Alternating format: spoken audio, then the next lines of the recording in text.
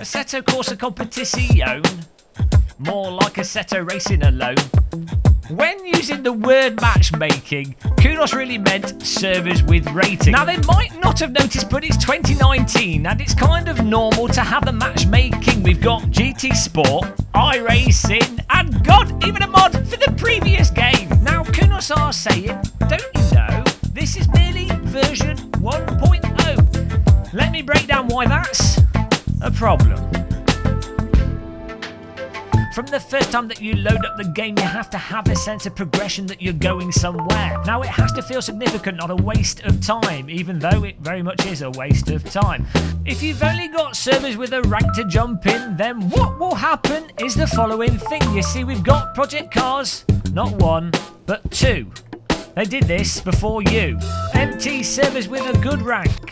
Full servers with no ranking. Empty servers with a good rank. Full servers with no ranking. Empty servers with a good rank. Full servers with no ranking. Meaningless racing with no progression. Oh, I'm just going to stop playing this game.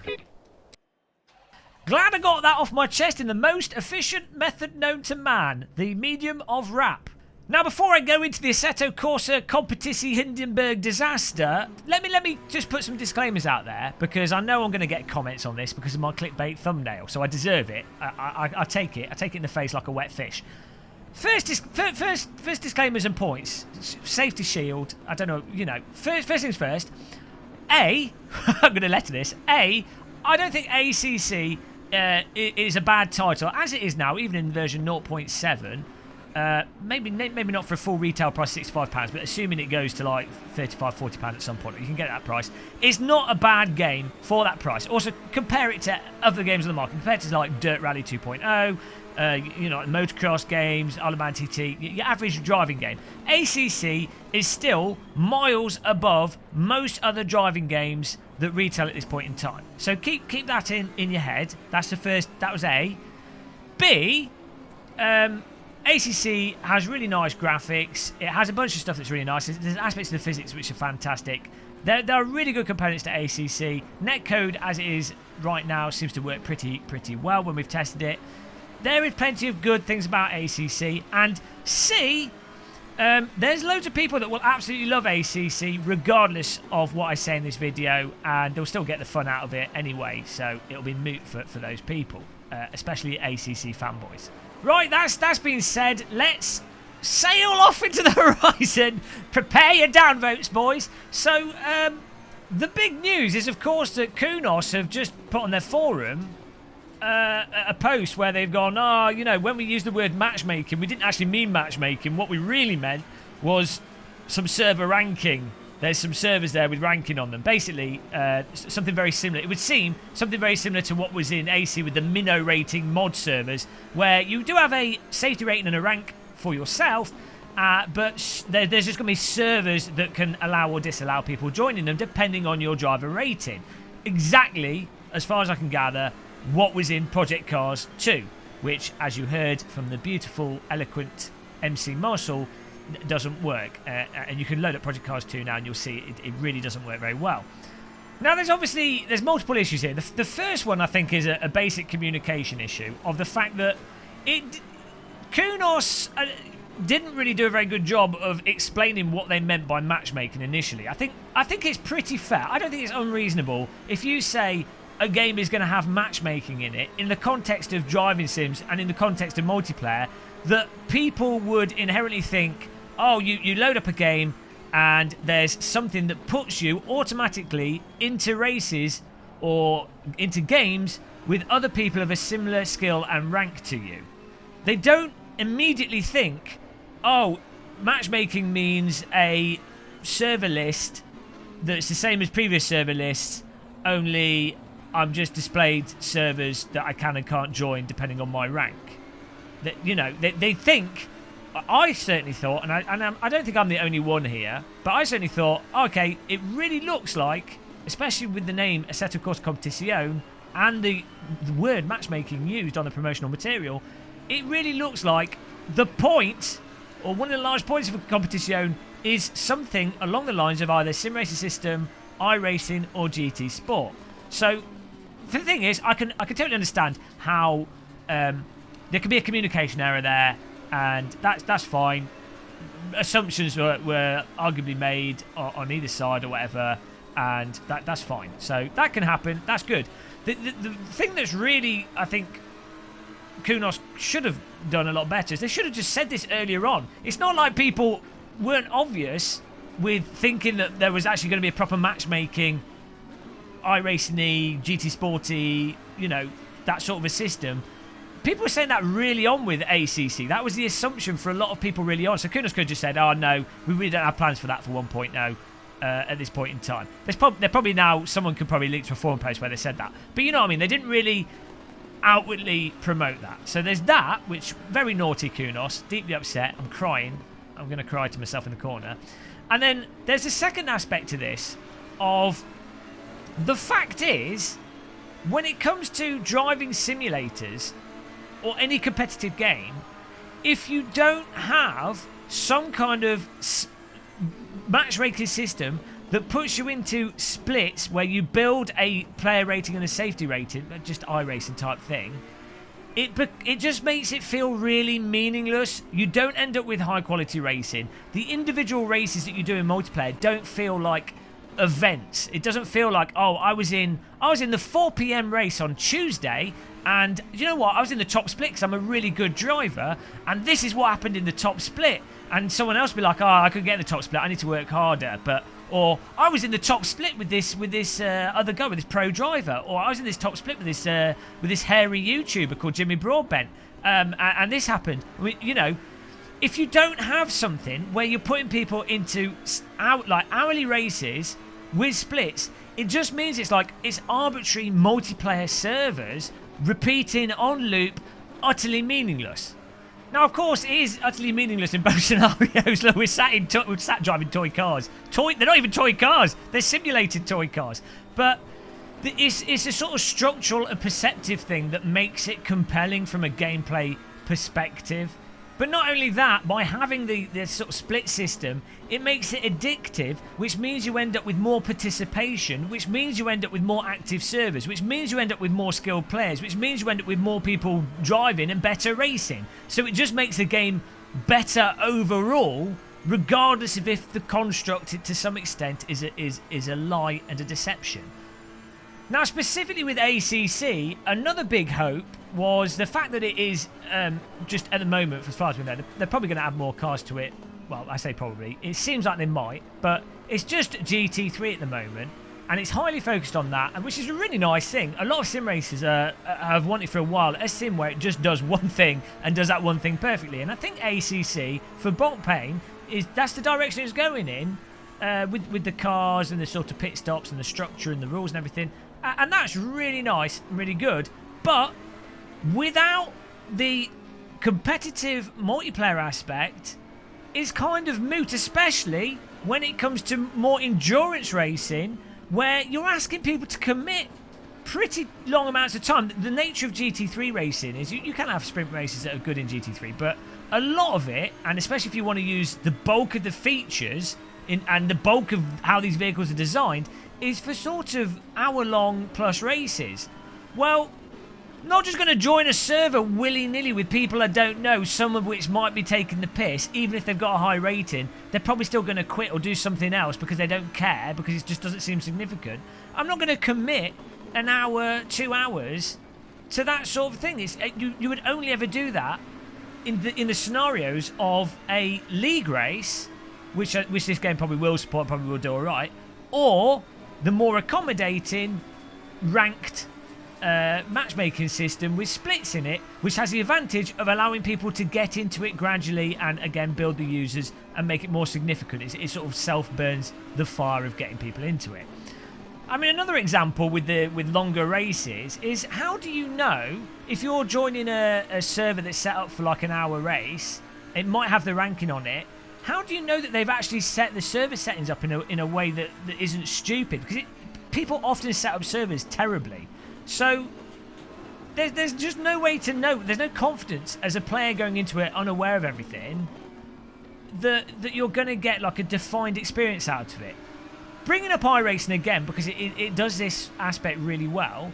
You know, as a player, and the top people playing these games, you know, you don't necessarily have that much free time. You know, with iRacing, despite spending costing a lot of money and it having other issues, you know that on Friday night at 8 p.m, when you happen to have come back from work and you miraculously have some energy left, and your wife or girlfriend, or you're probably living on your own because you're a sim racer, but you know, whoever you live with or share your house with, you know you're going to have time on the sim rig at 8 p.m. on a Friday. And you know every Friday, apart from when the servers go down, you know that you're going to be able to get a race. And it's pretty much guaranteed, and it's probably going to be relatively okay. At worst, infinitely better than pretty much any public server, and infinitely better than committing to some kind of league race or event with all the bollocks politics that goes along with that. Not all leagues have the bollocks politics, but, you know, pretty much all leagues tend to have some kind of weirdness to them. And it's not just the 8 p.m. race on a Friday with iRacing. For something like the Skip Barber, which is one of my favourite cars in iRacing, you know pretty much from 12 p.m. till, well, pretty much any time of the day apart from really early hours in the morning, you're going to be able to get a race in that car, which is set up pretty well with at least 10 other vehicles every hour of the day. So, you know, if I pay for the subscription fee, buy into the game, buy the car, I can drive that Skippy and have racecraft practice and driving with other people. There's no real doubt about it. And it's that user experience that is massively lacking from simulators. If any next-gen simulator were to do one thing, it would be to do that and slightly improve on it. Now, there are a multitude of reasons why I can see that a proper ranked matchmaking system might not be feasible for Kunos to do. Like, they might, because it seems pretty obvious to me that ACC is a multi-platform game. It's a bloody console interface. Because of that, if you're going to do some kind of server system with ranking on it, unless you're very partnered, in the case of like with GT Sport where they're partnered with PlayStation, it's very difficult to potentially run that kind of a server system on a basic logistics level, updating the software on the different platforms, having it all work, having the users integrate and everything. So there's that. I can see how that could be a real issue. I could totally see why Kunos or any developer wouldn't necessarily want to commit to supporting the sort of server backlog of and infrastructure for that type of a system. Now, I know people go, "Oh, well, sim racing system's totally free," and they've managed to do that. They've managed to do that. One guy's managed to do that. Well, yeah, but the thing is with mods and with something like sim racing system is it could close down tomorrow, and it'd be a shame. But you know, nothing's going to happen. No one's going to like sue Enrique for doing that. He's not going to dismantle the game. You're not going to end up with a ton of disgruntled customers asking for refunds. And also the amount of users on that is probably under 1,000. Let's say 2,000 max, 1,000 when it's live. If you have a game like Assetto Corsa Competizione launching on multi-platforms, especially when it first goes up, you'll potentially have a massive user base with massive server loads, and the whole design, the whole structure that goes behind that, you know, has to all be sorted out, has to all be sorted properly. It is a lot for a developer to deal with if it's not something they're experienced with. That said, that's kind of what everyone wants anyway. And I also think, yeah, sure, it's a ball ache, and you know, I actually think a lot of people are looking for something outside of iRacing where they're on the PC side, they would be more than happy to pay a monthly fee for it, and they would hail Kunos as glorious saviours.